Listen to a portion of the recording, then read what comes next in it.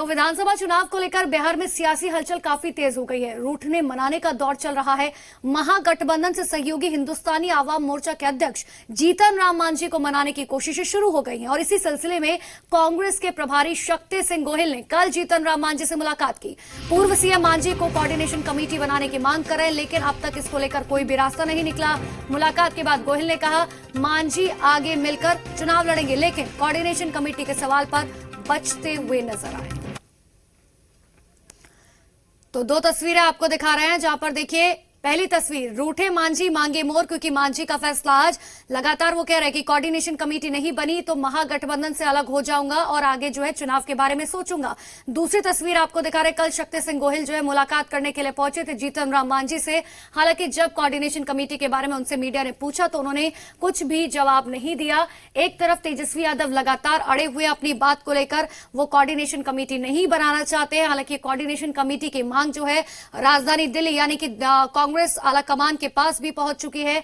बैठक भी हुई थी जिसमें यह निर्णय लिया गया था कि आगे कोऑर्डिनेशन कमेटी बनाई जाएगी और जैसे ही सभी दलों की सहमति हो जाएगी कोऑर्डिनेशन कमेटी जो है वो तुरंत बना दी जाएगी। लेकिन अभी तक फिलहाल आपको बता दें कि कोऑर्डिनेशन कमेटी के बारे में या क्या उसे बनाया जाएगा नहीं बनाया जाएगा उसके बारे में अभी तक कोई भी गठबंधन का, सिर्फ जीतन राम मांझी को छोड़कर कोई भी सीधे सीधे बोलने को तैयार नहीं है। तो दो तस्वीरें आपको दिखा रहे हैं और सवाल यही कि क्या मांझी मान जाएंगे जिस तरीके से वो रूठे हुए हैं, क्योंकि बिहार की सियासी हवाएं जो है वो इस वक्त कहीं और ही रुख किए हुए हैं।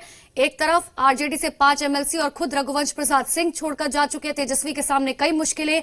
दूसरी तरफ एनडीए के सामने भी बहुत मुश्किलें हैं। जेडीयू की बात करें तो उसे, क्योंकि कई मुद्दे हैं विपक्ष जिनको लेकर सरकार को घेरने की कोशिश कर रहा है और लगातार ये कहा जा रहा है कि एनडीए में टूट हो सकती है। तो दूसरी तरफ जीतन राम मांझी कोऑर्डिनेशन कमेटी की मांग कर रहे हैं।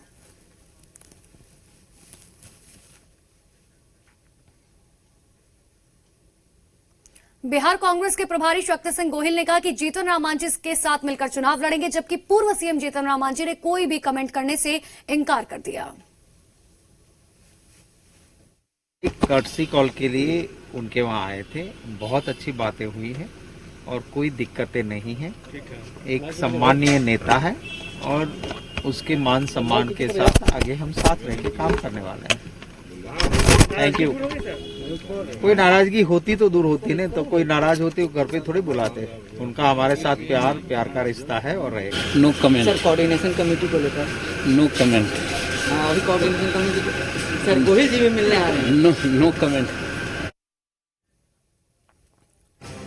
तो जीतन राम मांझी इस कदर परेशान है और इस कदर नाराज है कि मीडिया से बातचीत भी नहीं करना चाहते। नो कमेंट्स बोलकर वो आगे बढ़ते हुए चले गए। हालांकि मांझी से बिहार कांग्रेस प्रभारी शक्ति सिंह गोहिल ने मुलाकात की और कोऑर्डिनेशन कमेटी पर जीतन राम मांझी से जब सवाल पूछा गया तो उन्होंने सीधे तौर पर कहा नो कमेंट्स, यानी कि मैं कुछ नहीं कहना चाहता और मांझी मिलकर चुनाव लड़ेंगे। शक्ति सिंह गोहिल एक तरफ ये कह रहे हैं, दूसरी तरफ कोऑर्डिनेशन कमेटी को लेकर लगातार जोर पकड़ा हुआ है जीतन राम मांझी ने। अब ये देखने वाली बात होगी कि क्या महागठबंधन में मांझी रहेंगे, क्या वो अपनी कोऑर्डिनेशन कमेटी की मांग को भूल जाएंगे या उसे छोड़ देंगे, या फिर महागठबंधन से अलग राहें अपना सकते हैं जीतन राम मांझी। तो मांझी जो है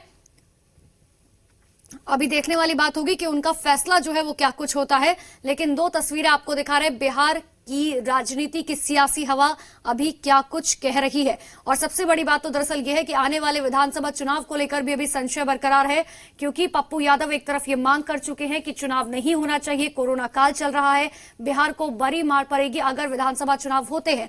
दूसरी तरफ एनडीए साफ तौर पर कह रहे हैं कि चुनाव आयोग ये फैसला लेगा कि चुनाव होगा या नहीं होगा, ये फैसला चुनाव आयोग का है। विपक्ष डरा हुआ है। तो तीसरी तरफ गठबंधन, महागठबंधन यानी कि तेजस्वी यादव की तरफ से कहा गया कि आखिर अगर अभी भी सरकार को सिर्फ और सिर्फ चुनाव की पड़ी हुई है तो ऐसे में समझना चाहिए कि सरकार की मेंटालिटी क्या है।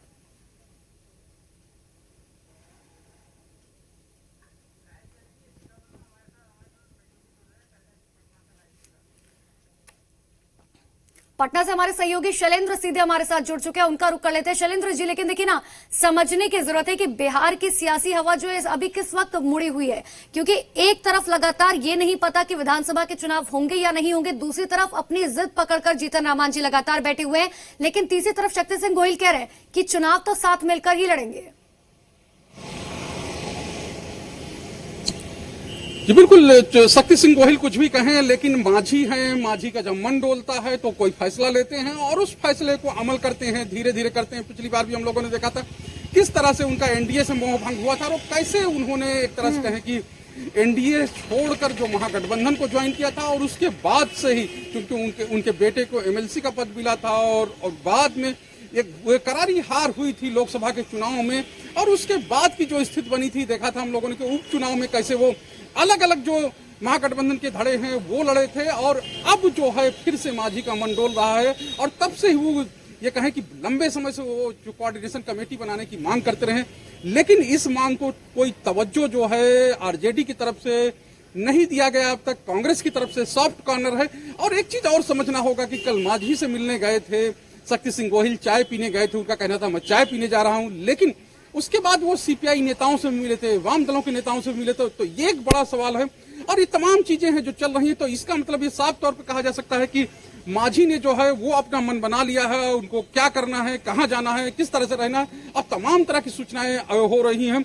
लेकिन अब है ये लगता है कि कुछ ही समय में जो पूरी स्थिति है वो शैलेंद्र जी, लेकिन देखिए यही जो है राजनीति का इसे रूल कह लीजिए या फिर यही रीत कह लीजिए, जब एनडीए से नाराज थे तो महागठबंधन में आ गए, अब जब महागठबंधन से नाराज है तो क्या हलचल इस बात की भी तेज है कि वापस एनडीए में जा सकते हैं? क्या किसी नेता से अंदर ही खाने में बातचीत हो रही है इस मांग को लेकर?